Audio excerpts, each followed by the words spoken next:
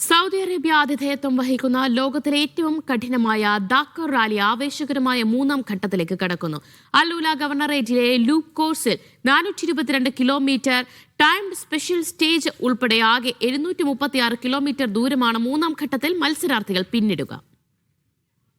കഴിഞ്ഞ ദിവസം നടന്ന രണ്ടാം ഘട്ടത്തിൽ കാർ വിഭാഗത്തിൽ അമേരിക്കയുടെ സേദ് ക്വിൻഡേറോ അട്ടിമറി വിജയം നേടി. 3 മണിക്കൂർ 57 മിനിറ്റ് 16 സെക്കൻഡ് കൊണ്ടാണ് താരം ലക്ഷ്യസ്ഥാനത്തെത്തിയത്. രണ്ടാം സ്ഥാനത്തെത്തിയ ദക്ഷിണാഫ്രിക്കയുടെ ഹെങ്ക് ലക്കേതൻ കിൻഡോറയേക്കാൾ 1 മിനിറ്റ് 42 സെക്കൻഡ് പിന്നിലായി. സൗദിയുടെ നിലവിലെ ചാമ്പ്യൻ യസീദ് അൽ രാജി മൂന്നാം സ്ഥാനത്തെത്തി മികച്ച പ്രകടനം പുറത്തെടുത്തു. യാംബു മുതൽ അൽ-ഉല വരെയായിരുന്നു രണ്ടാം ഘട്ടം. 400 കിലോമീറ്റർ ടൈം സ്പെഷ്യൽ സ്റ്റേജ് ഉൾപ്പെടെ 504 കിലോമീറ്റർ ദൂരമാണ് ഈ ഘട്ടത്തിലുണ്ടായിരുന്നത്. അതേസമയം 5 തവണ ദാക്കർ ജേതാവായ ഖത്തറിന്റെ നാസർ ലത്തിയ കാർ വിഭാഗത്തിൽ ഓവറോൾ ലീഡുമായി മുന്നേറുകയാണ്.